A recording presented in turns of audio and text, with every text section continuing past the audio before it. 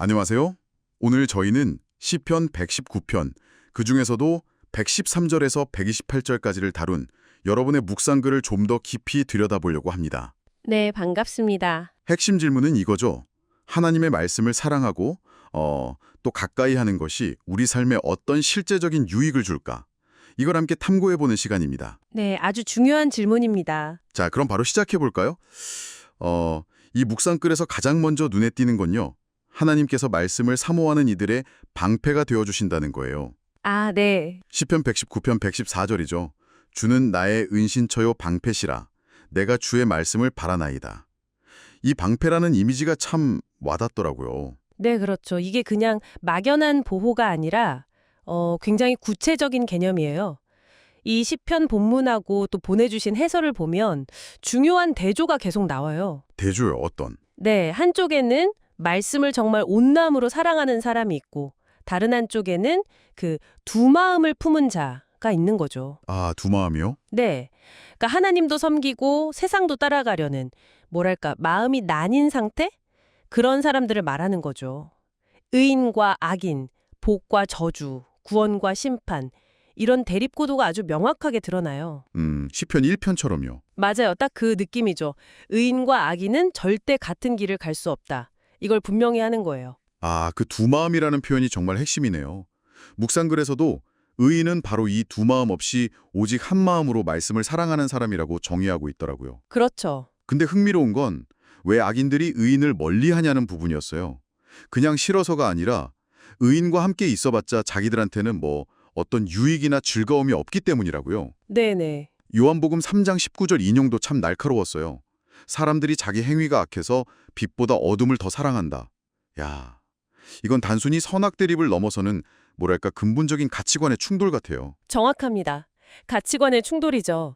그리고 여기서 관점의 차이가 아주 극명하게 드러나요. 어떤 차이인가요? 의인은 하나님의 그 공의로운 심판을 알고 두려워하는데 악인은 그렇지 않다는 거예요. 하나님을 두려워하지 않죠. 아, 그렇군요. 이게 바로 시편 기자가 왜 그렇게 끊임없이 하나님의 가르침 또 깨달음을 갈망하는지에 대한 이유가 되는 거예요. 아, 단순히 지식을 더 쌓고 싶어서가 아니라 악인의 길, 그러니까 하나님을 경외하지 않는 그 길에 서지 않으려고 늘 깨어 있으려는 그런 영적인 몸부림인 셈이죠. 몸부림이요? 네.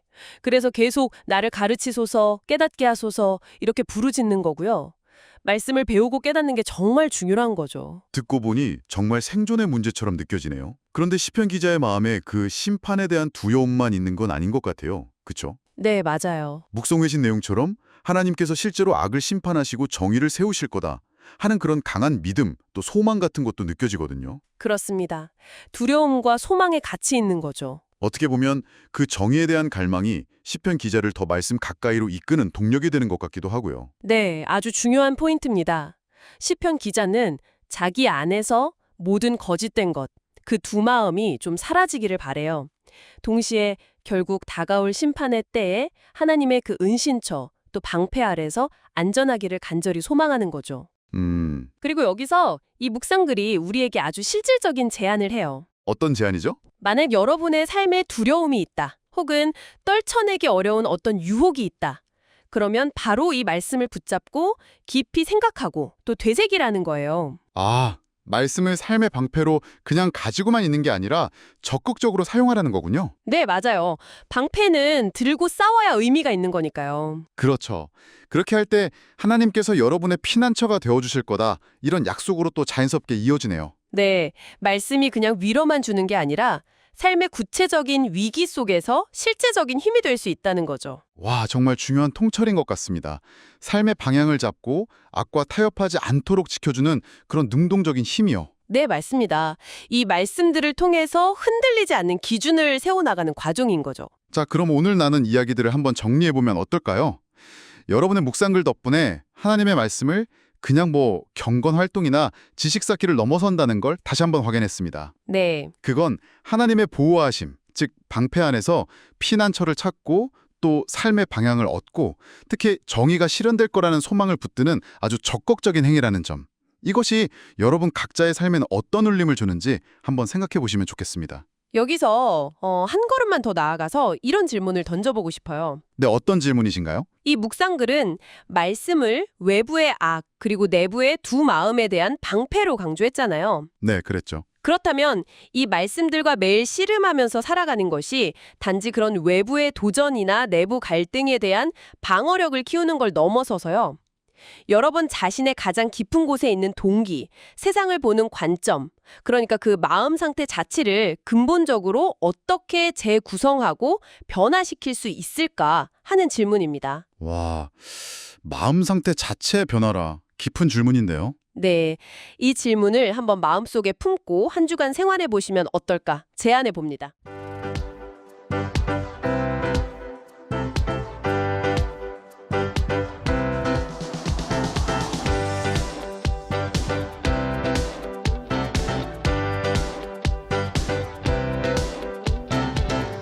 하늘 위에 주님 밖에 내가 사모할 자 이 세상에 없네. 내 맘과 힘을 믿을 수 없네. 오직 한 가지 그 진리를 믿네. 주는 나의 힘이요 주는 나의 힘이요 주는 나의 힘이요 영원히 주를 의지하리 영원히.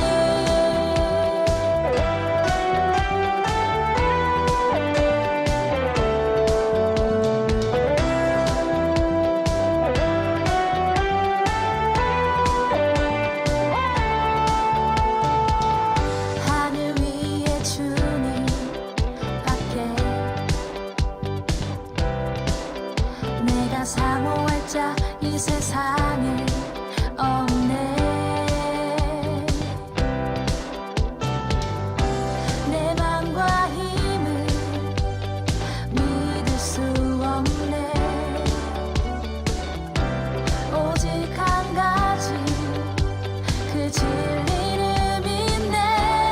주는 나의 힘이요 주는 나의 힘이요 주는 나의 힘이요 영원히 주를 의지하리.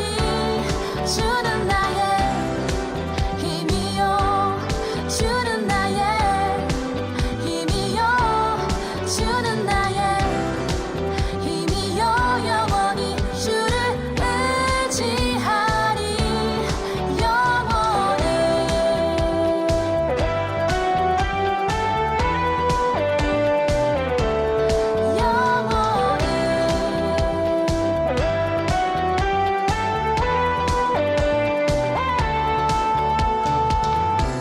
내 맘과 힘을 믿을 수 없네. 오직 한 가지 그 진리를 믿네. 내 맘과 힘을 믿을 수 없네.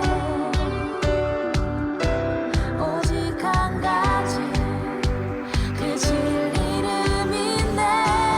주는 나의 힘이요 주는 나의 힘이요 주는 나의